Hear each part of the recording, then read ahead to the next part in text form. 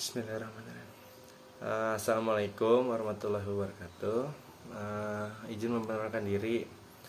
Nama saya Suar Fitra Aprilian, jurusan Ilmu Pemerintahan semester 2, Universitas Sultan Ageng Tirtayasa.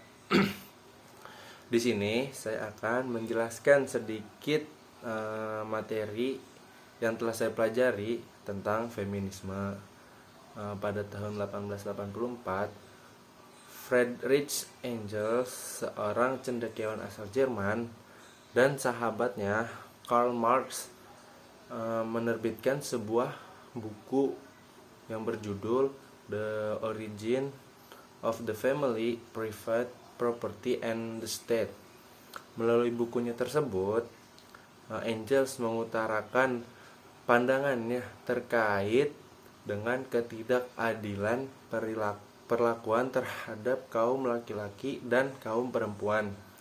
Pada masa itu, tenaga kerja perempuan tidak digaji, suara dan pendapat perempuan juga tidak diperhitungkan dan tidak didengarkan.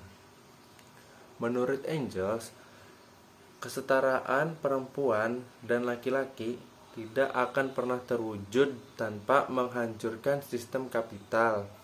Dengan kata lain, penindasan terhadap kaum perempuan merupakan implikasi dari praktik sistem kapitalisme yang menciptakan kondisi keterpurukan perempuan.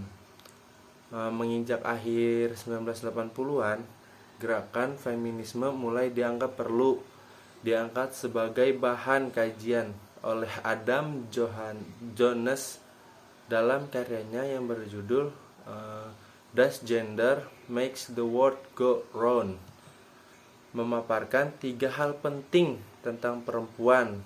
Yang pertama, bahwa dari sudut pandang kesejarahan, feminisme sebagai filsafat dan gerakan berkaitan dengan era pencerahan di Eropa yang dipelopori oleh Lady Mary Wortley Montagu dan Marquis de Condorcet setelah Revolusi Amerika pada tahun 1776 dan Revolusi Prancis pada tahun 1792.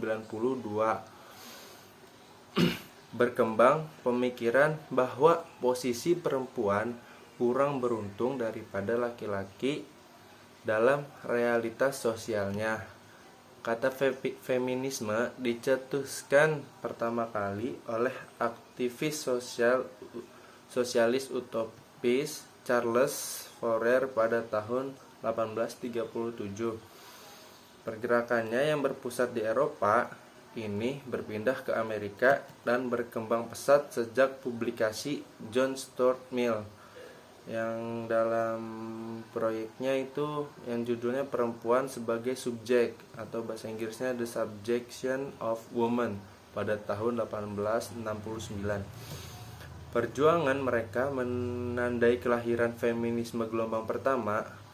Pergerakan di Eropa untuk menaikkan derajat kaum perempuan disusul oleh Amerika Serikat. Terjadi revolusi sosial dan politik pada saat itu. Di tahun 1792, Mary Wollstonecraft membuat karya tulis dengan judul Vindication of the Right of Women yang berisi prinsip-prinsip feminisme dasar yang digunakan di kemudian hari. Hal ini merupakan salah satu contoh tentang bagaimana teori feminisme berpengaruh pada dunia politik internasional. Kedua, teori feminisme memandang politik secara empiris, yaitu bahwa pendekatan feminis dipandang perlu melihat realitas.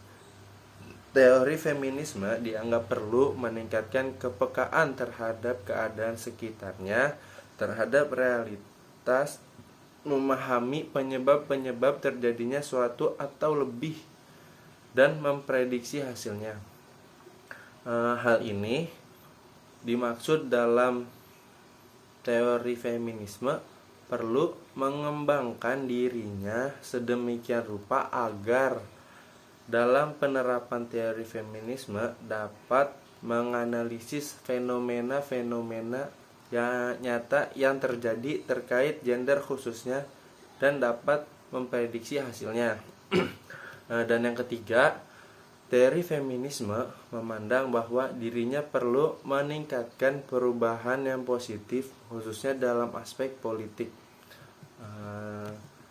Sekian dari saya, kurang lebihnya mohon maaf. Wassalamualaikum warahmatullahi wabarakatuh.